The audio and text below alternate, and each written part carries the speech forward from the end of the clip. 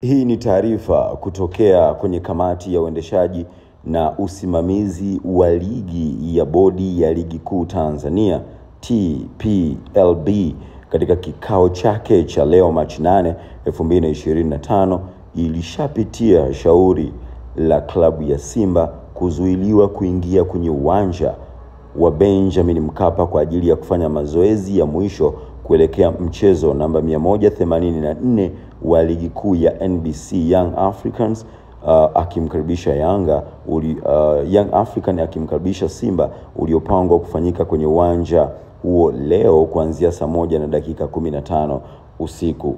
Na kwa sababu pia bodi ilipokea taarifa ya ofisa usalama wa mchezo ambao imeainisha matukio kadhaa yaliyoambatana na tukio hilo la klabu ya Simba kushindwa kufanya mazoezi, na kwamba baadhi ya matukio yanahitaji uchunguzi ambao hauwezi kukamilika kwa wakati. Bodi sasa imeamua kutoa uamuzi kutokana na tukio hilo. Kamati ya uendeshaji na usimamizi wa ligi kuu imeamua kuahirisha mchezo tajwa hapo juu kwa mujibu wa kanuni ya 34 ya ligi kuu kuhusu kuahirisha mchezo ili kutoa nafasi ya kupata taarifa zaidi zitakazosaidia kufanya maamuzi ya haki. Bodi itatoa taarifa kamili kuhusiana na tukio hilo na kutangaza tarehe nyingine ya mchezo.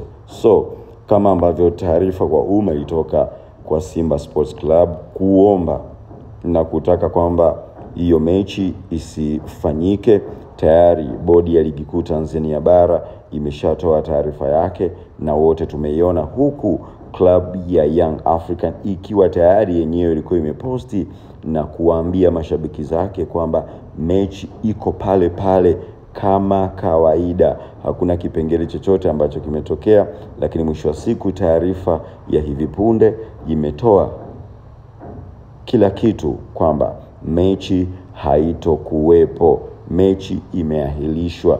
Mechi tuliyoisubiri kwa muda mrefu kati ya Simba akaribishwa na Yanga, tayari mechi imeweza kuahirishwa. Kama wale mashabiki waliokuwa tayari wameshaingia uwanjani, na maana sidhani kama wataendelea kuwepo pale. Wale waliokuwa wamepanga mipango yao wamesafiri kutoka mikoani, wamekata tiketi. Nadhani sasa timu zitatoa taarifa kuhusu kile ambacho kitakuwa kimeendelea. Usisahau kusubscribe, kulike na kucomment na kutujulisha kile ambacho wewe unakiona kuhusu haya yaliyotokea.